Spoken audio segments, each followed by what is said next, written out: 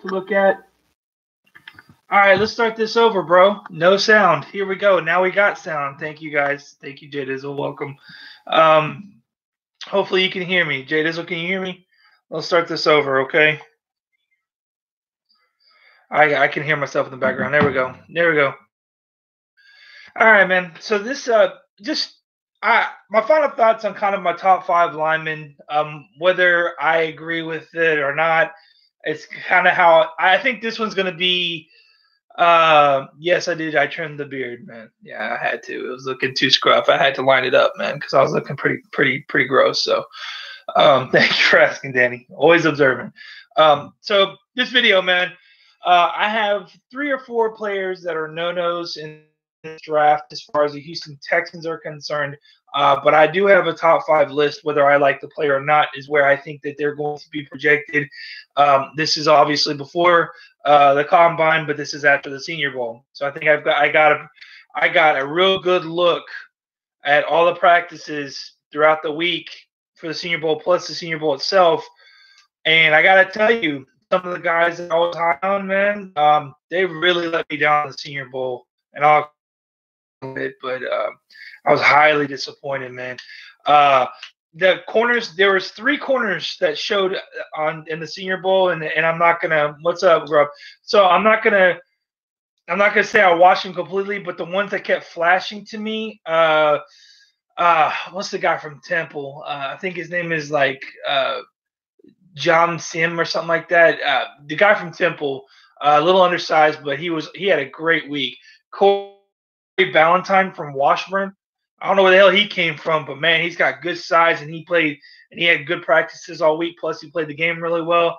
Obviously, what's his name? Izam Manzwe, the Penn State guy.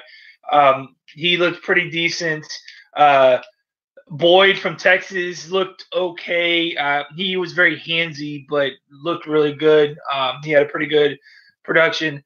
So corners, I mean, they look. I wasn't really focusing a lot on them. I was more focusing on the O-line, so that's what this video is about, O-line.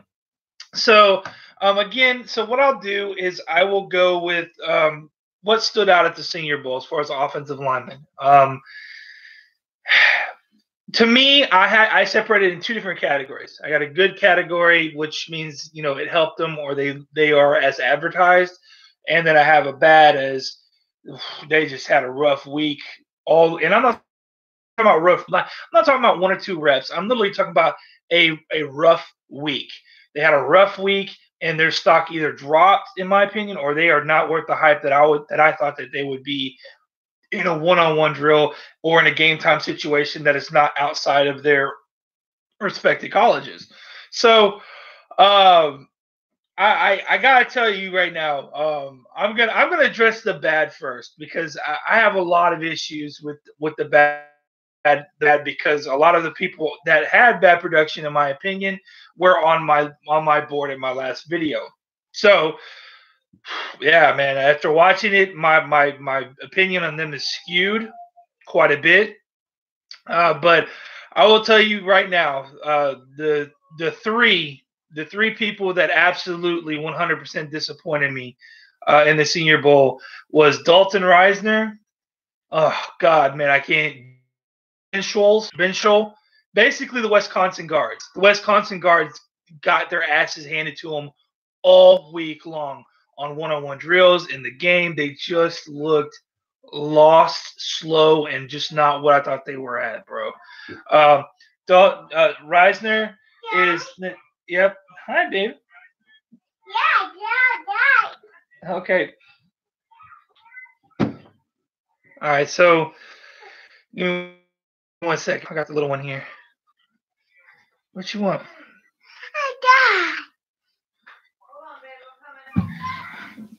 So I got the little one here, man. Y'all give me a second here. But boy, he didn't want to leave the room. This might get loud. He might scream here in 2 seconds. There's one.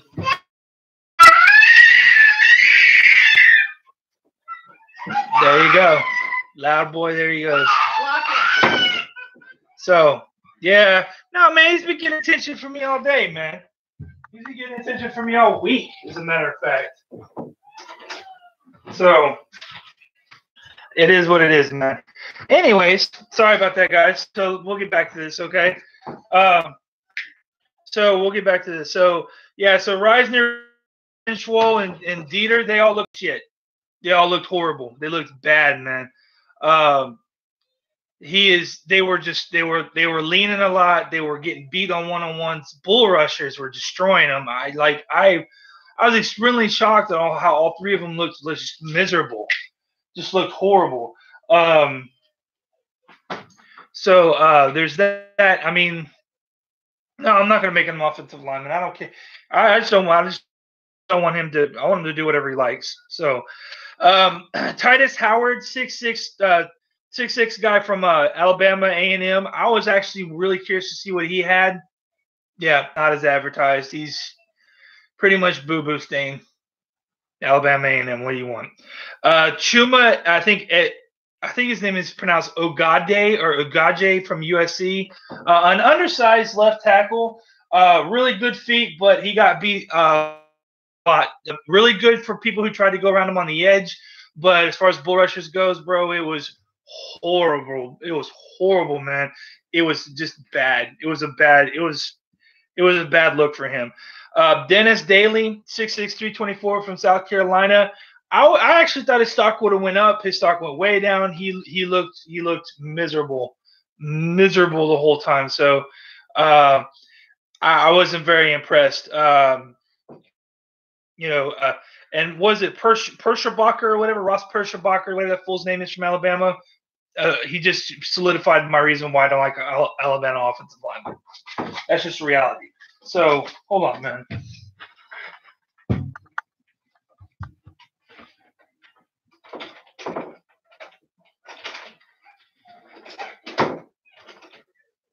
All right. So back to what I was saying. Okay.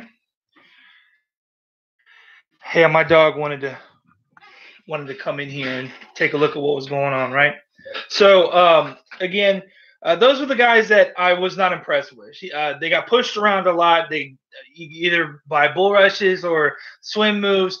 Even though there was a good defensive line group in the Senior Bowl, and that would have made a lot of people look bad, I was not too impressed with it with those particular guys.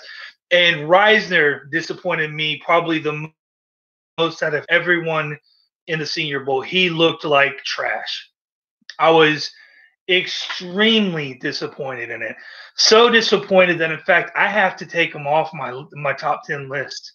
I have to. I saw guys that were producing at a better level in the game on one-on-one drills than Reisner. And I can't believe I'm saying that because I was so high on him. But God almighty, he got pushed around so much on the drills and so much in the game that there's nothing I can say to bring him back. So I gotta stop with that, man. So the good production, the good people, the people I think enhanced or solidified, what I've looked at so far. I would say right off the top three were Chris Lindstrom.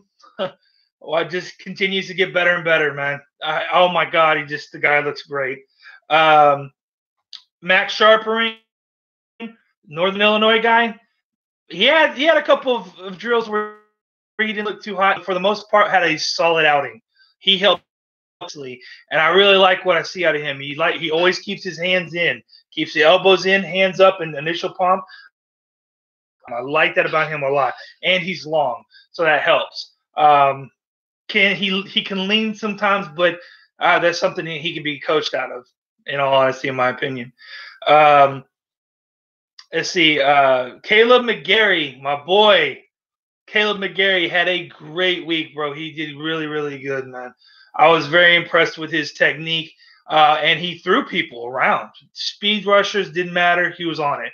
Bull rushers, I think the guy Mac from Texas tried to bull rush him, and he just stonewalled him. He sat down with his butt. He bent his knees. He pushed up with his and he had his hands on the inside, not the outside, the inside, and it looked really good. I was very impressed with his skill set. Eric McCoy from A&M, man, actually looked really, really good. If we're looking to replace a center, and because it says he can play center or guard, but watch out for Eric McCoy, man.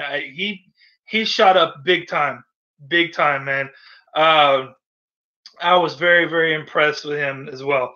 My boy Andre Dillard, he had one. Let's see. In one of the drills, he looked really bad in, but for the rest of them, he looked really good in, and that's taking every drill throughout the whole week. Andre Dillard in the game did give up a speed sack though, or speed strip sack. But again, I would take Andre Dillard over Davenport or Lamb right now. I'll tell you that right straight up. I think his technique and his initial back step. When he back steps, he doesn't go out to fan or I should say at an angle at a 45. He goes straight back, which is what he wants. You don't want to go too far back. You want to step not at 45, but straight back and then bend out. But he always kept his hands in, and if he did have his hands on the outside, he always reaffirmed himself, went back to his base, and would get his hand back up under and would control people. So I really liked what I saw out of Andre Dillard. But there are other guys that pop that I really didn't look at. I'm not even going to lie to you, but I'm going to go look at them more now after what I saw this week, especially in the game. Javon Patterson, 6'3", 315 from Ole Miss, really completely shocked me. He had a great Senior Bowl week. There's no other way of putting it. Little undersized, but man, is he compact and man, is he powerful, man. Like, I was shocked. I was completely shocked, man. It was insane for me to even think that he would even be a possibility on the board. But man, he's definitely opened my eyes. He's definitely one of those third, fourth round picks that would probably end up vying for a spot maybe a year or two down the road. I'm actually really impressed with him. Was not watching him, now I will be watching for him. And Elgin Jenkins, 6'4", 311 from Mississippi State. Again, center that can play guard. I'm very, very. I did not see these guys coming, man. I'm not gonna lie. But I'm gonna have to go back and look at them because I was very impressed with what I saw. They didn't get pushed around a lot. They had really good technique. Some of them did drills at center. Some of them did at guard. Like they were versatile. They were basically, for lack of a better word, consistent. So I was very happy to see what I saw out of those. But that's the good and the bad from the Senior Bowl. Again, the extreme disappointment is Reisner. Dalton Reisner was a shit stain. That was a bad week for him. That cost him a lot of money, in my opinion. If you want to look at it from that angle, I just was not. The upside is my boy McGarry. McGarry looked really, really good. I already knew Lindstrom was good. I already told you that's my favorite lineman in this draft. So that's just, and he proved he didn't disappoint. Didn't disappoint at all. So that's not, but McGarry, that I was very, very happy with that. Let me look at some of these what you guys got going on here in the chat real quick. Let's see, you want some attention? Yeah. Ask the little one who's his favorite old lineman. No, I'm not gonna make him another lineman minister. We'll see. Well, Rob Havenstein looked like hot garbage a few years ago as Senior Bowl. Was a Wisconsin guy. Now he's an extension. What do you think of? It's not okay. That's okay. Rob, that's a good. Let me address that. Okay, these are not just drills. This is the whole week from the game all the way through the drills. Like, I take it all encompassing. I don't focus on one or the other, one versus the other. I take it all into effect. The game, the drills, it looked so bad. Man, look, when I have no-name defensive linemen that I haven't heard anything of, pushing around and moving around and watching your technique falter under pressure, that's a nitpicky on my end, but that's just because I'm an O-line guy, and that's what I do. I can be nitpicky. So what do you want from me? So I'm not, I don't take it all. So I see what you're saying, and I'm not saying. Look, I'm not saying because they had a bad week that means they're going to be horrible in the NFL. I'm just saying at this point, as far as stock, where they're going to be at in correlation to where Houston will pick at, what Houston is looking for. Well, at least what I think they're looking for, anyways. And I don't see these guys right here. Like, for example, Reisner, Brenshaw, Dieter, high second round, mid second round guys. After this week, I'd put them mid third, high fourth round. They just looked lost. It just looked lost, like they were unfamiliar with the system they were in, which they are, but everyone else was too, so it's not a disadvantage, right? So I mean, I don't know. You got to take it in just in consideration and go from there. But for me, for my money, for what it's worth, they did not have good weeks, man. That's just that simple. Did you look at Michael Jackson? Yes, I did look at Michael Jackson. If you watched my last video, Danny, you'll know he's on my list. McGarry, right tackle only, or can he go left in your opinion? Great question, dude. Great freaking question. I would say yes, but he will need time to. He needs to be. I say that for most offensive linemen. I say if you're going to make him a left tackle, do it. Don't fuck around and keep him at right tackle, left, right. Find a position for him, instead of what you do. So what kills me about people with Julian Davenport is, yeah, he had a rough year, but you also have to think, and yeah, he's had 2 years, but he's also been being flip-flopped these whole 2 years. Like, he's never, legitimately being at left tackle that whole time, except for, I would say, most of this year. So once I see probably midseason next year, if he's starting left tackle and he's improved, well, then I know we got something. But other than that, until then, I'm just saying McGarry might be a viable option at left tackle. If that's not the option, if somehow, some way, I think Greg Little will fall to us, which I think is possible. We'll see. But, it all depends on how the draft board falls, what people see, who they fall in love with, all that good stuff. Do you replace Dalton with one of the injuries? No, I do not. I just moved Dalton from upper 5 to back top 10, at number 10, literally number 10. I put him behind. I hate saying this. I put him behind Jonah Williams at this point. God, I hate saying that, but dude, he looked that bad. I can't express that enough to you guys. Should we also get Trent Brown? No, I want nothing to do with Trent Brown. And I can tell you why I want nothing to do with Trent Brown. One, he's going to want a lot of money. And two, he's had one good season, and it happened to be with the Patriots. I don't want Trent Brown at all. I don't want anything to do with the fucking Patriots, to be perfectly frank with you. I don't give a damn how well they'll fit our scheme or how well, if we got the money to pay. I don't want anyone from the Patriots, because what happens when they come from the Patriots and you get them, they play like shit everywhere else. I mean, that basically has to do with Bill Belichick being the head coach versus all these other Joe Schmoes, including But Chill Bill. So, other than that, that's all I've pretty much got with the Senior Bowl aspect. Now, for the top 5 linemen in my draft. Now, I'm going by what I feel like the media and coaching circles and all that other crap. I'm going by what they think. This is not my personal feel, but this is what I think everyone's going to be looking at. I will agree with the top 3 as far as this goes, but the bottom 2 I won't agree with in any way, shape, or form, and I have my reasons. And I'm going to try to think in a media coach environment kind of mentality and see where it goes. All right, top 5, man. Number 1, I think the highest rated offensive lineman in this class is going to be Jawaan Taylor, right tackle from Florida. The only knock I really see on him, quite frankly, is just the limited times. I think he's only played 25 starts in his career. He's not injury prone, but he is a big dude. He's athletic. He's got tons of potential.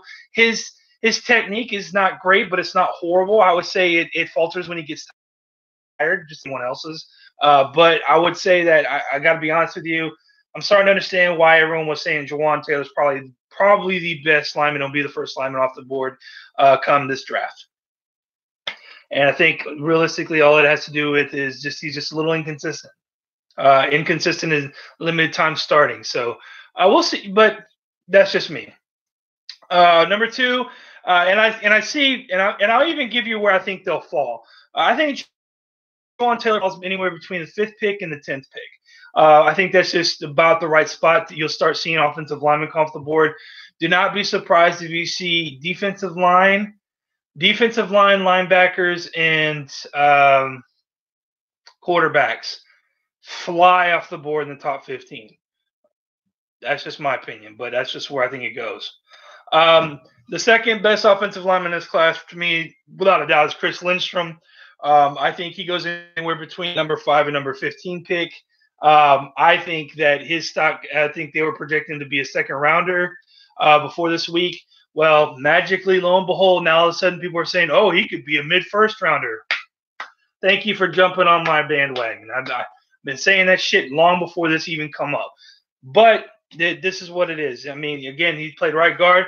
The only knock I hate, this is what I don't like on Chris, is he's a little tiny, but this is where I think he masters most of it.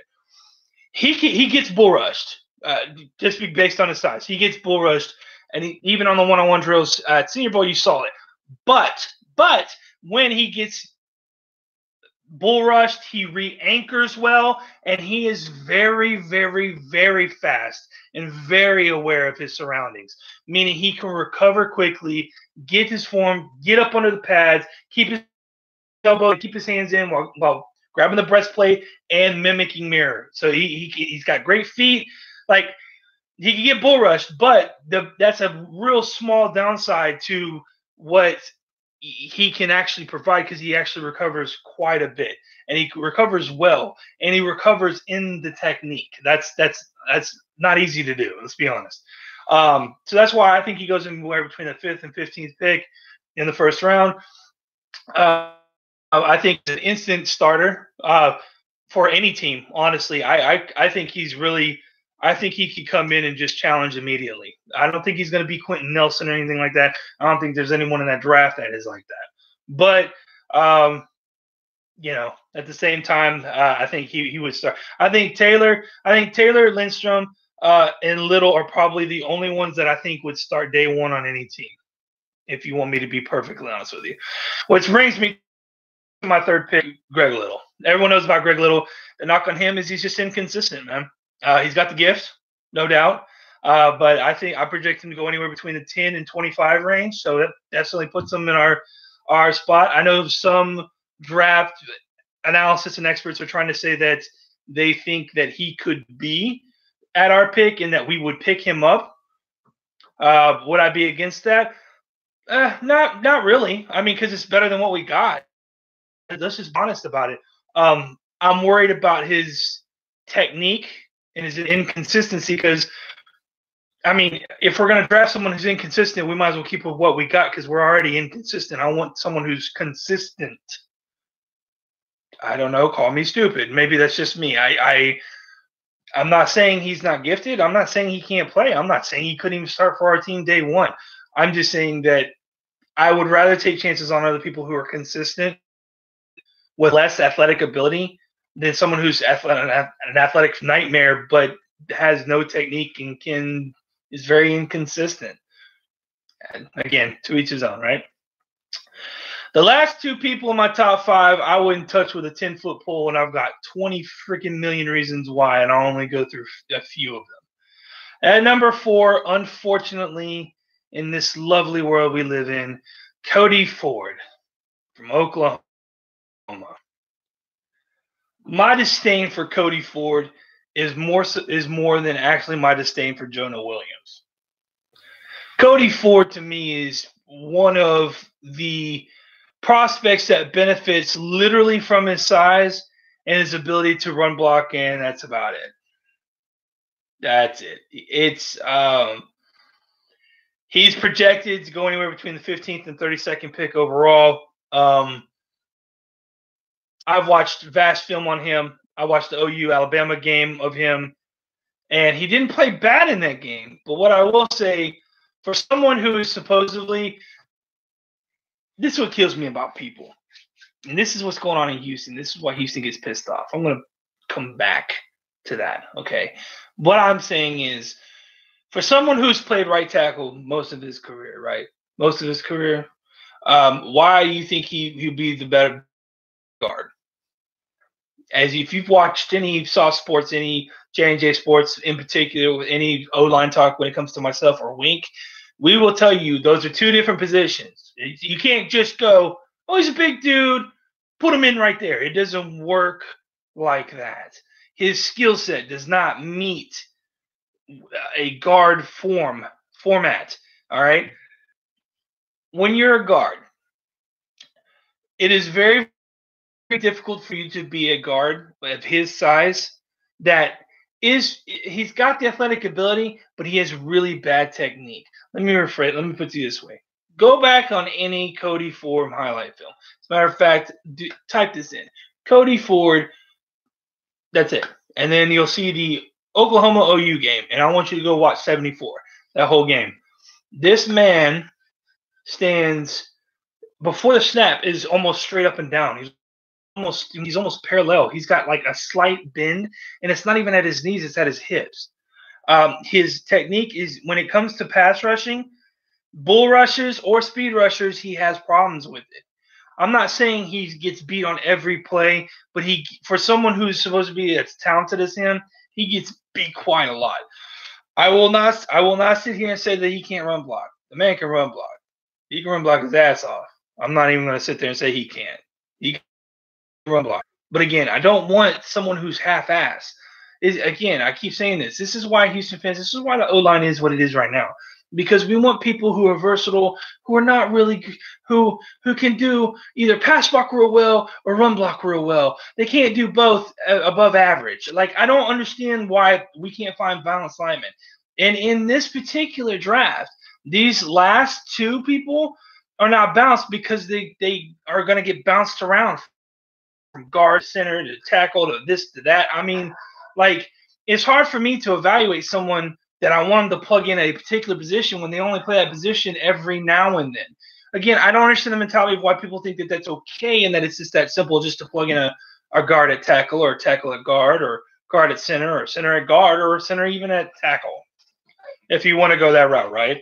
So I just Cody Ford, I don't want to have nothing to do with him. And more so over, and unfortunately, he will probably be available at our pick. And I got to tell you, if Houston takes either Jonah Williams or Cody Ford, I'm going to be hot pissed. I would rather them take a fucking running back or a tight end at that point, because I don't want either Jonah Williams or Cody Ford. And unfortunately, those are going to be the 4th and 5th overall offensive linemen according to what everyone else sees. All right. Me personally, Cody Ford, he fucking leg in 2016, guys. Just in case y'all didn't know that, like, snapped his leg was fucking broke in 2016. He hasn't played very much ball actually, and he's only played right tackle. Like, so you got people saying he can play left tackle, he can play left guard, he can play right guard. Like, dude, you don't know that. So I don't like Cody Ford at all. And Jonah Williams, man, he's played up and down the line. So what is his actual position? Well, he projects as a real good guard center. Which one? Guard or center? So like, you know what? I don't, Tito, what's up? I don't understand where the mentality is on that. So that's why when these guys are, I think they're going to go anywhere between number 15 and number 32 pick overall. And unfortunately, that's fucking where they're going to be at. I really hope by some miracle Chris Lindstrom falls. And if he does, and if Houston doesn't take him, I'm going to be hot pissed at that too. Because that guy literally fills a void. He would literally take Cineo. You can go ahead and tell him pack his fucking bags. He's not going to be here if Chris is picked up. I would even say he would challenge Fulton for his spot, quite frankly, if you really want me to be honest with you. As far as other notable injuries, David Edwards is just, his stock is just plummeting, dude. Same thing with Yonde Kajuse, again, plummeting. Their stock is just going way down. But guys whose stock is going up for especially after this week. Elgton Jenkins, Javon Patterson, Andre Dillard. Like I warned y'all about, I told you that guy was going to be good. He looked really good. I think those guys you need to definitely keep on your radar. Michael Jackson from Ohio State, guard center again, another guard center. Jesus Christ. I can't stand this new age mentality of they can play anywhere on the offensive line. I honestly think that has a lot to do with why the NFL has such bad offensive line play right now as is because you got coaches that think they can just plug and play these linemen. When I'm telling you, as a former offensive lineman, I am more comfortable playing left tackle than I am right tackle. I am more comfortable playing right guard than left guard, and it's mainly because of how I'm more fluid of a pull. I can pull better. I can get better as a right guard than left guard. Like I have a better, quicker step off my right foot if I'm pulling to the left as the right guard than I do off of my left foot. You see what I'm saying? Like there's like I'm able to maneuver myself better as a left tackle than I am as a right tackle. They don't. I really think they don't ask these guys that. They just say fucking just do that and go. And it's become a big issue in the NFL. That's why offensive line play is so shit stained. Look, the pass rushers are getting quick, are getting longer, they are getting faster, they are learning better technique earlier on in their careers. I'm not saying that's not the case. What I am saying is that the detriment of offensive line play can literally be put on them trying to plug and play wherever they feel they have a need for them to plug and play. Or let's say, for example, let's just give it an example here. Let's say you have someone that was, you know what? As a matter of fact, let me think about this. Other than maybe Bruce Matthews, who played guard center, I can't really think of anyone that's played multiple line positions and has been really successful in the NFL. Leave a comment down below if you can think of anyone that has had a successful career that's played multiple positions for at least an 8 to 10 year time frame. Just go with that, and then let me know, because that's probably another topic I'm gonna make it later on about O-lineman. But anyways, I'm also I'm a center, and my coach is always trying to plug me in at guard spots where I really struggle. Exactly. So I don't understand that. So Tito, that's exactly what I'm talking about. They're trying to plug you in your guard spots because they know you're a good lineman. I'm not saying you look. Here's my opinion of linemen. Okay, and this is totally biased on my part. I played center, guard, and tackle. I've played all three positions on the line throughout my football career. So I have, in my opinion, maybe this is just based on me. Okay, center is where you go to learn the offense, learn your technique, and learn how to re-anchor yourself, how to get your butt down, how to read where the lineups are and give call-outs and stuff like that. In other words, center needs to have great awareness. Their technique may not be all that, they may be all that big, but they're successful at reading defenses, replanning their base when they get bull rushed and things of that nature, right? So once you have that, then you move out, because like when can I say the line starts from the middle out, not out to in, because if your guard center combos aren't worth a shit, your tackles aren't going to be worth a shit. It just fans out. It's just not quantum physics. It's real. With your left guard, your right guard, to me, it all has a matter of where are you more comfortable pulling. Are you more comfortable pulling left or right? A versatile player, or a player that is balanced, quote unquote, will actually can pull from either side. It doesn't matter. But then again, you got to go with what you're dominant. What side do you feel more dominant on? Let me rephrase this. What side do you feel more comfortable on as a lineman? Again, I felt more comfortable as a right guard than I did left guard. I just didn't like left guard. I really didn't. I don't know why. I just produced better as a right guard. I just am. Which is really weird, because then when you move to the tackle, I feel like I'm better as a left tackle, and I think a lot of it has to do with my kick step is better with my left lead foot than my right lead foot. So and I feel like when I step back to jam up easier this way than jam up easier this. Like when I do it this way, I feel off centered. I feel unbalanced. When I do it this way, I feel stiff. I feel firm. I feel like I'm right, and that's where I think people tend to not understand that. Now, something else that's going on right now with offensive linemen is they're trying to teach offensive linemen this outside technique. I don't know why you would do that. You have no strength. When you have someone on the inside of you, you have no strength unless you're like Hulk. You have no strength holding someone from the outside. You get underneath them and you can move them where you want them to go. On the outside, if they go against where you want them to go, you're holding. It's an instant hold call, I guess. And to me, that's why I see a lot more holding penalties nowadays than I have in the past. So I don't know, man. That's what I mean. I could go on and on about offensive linemen, but I'm not going to.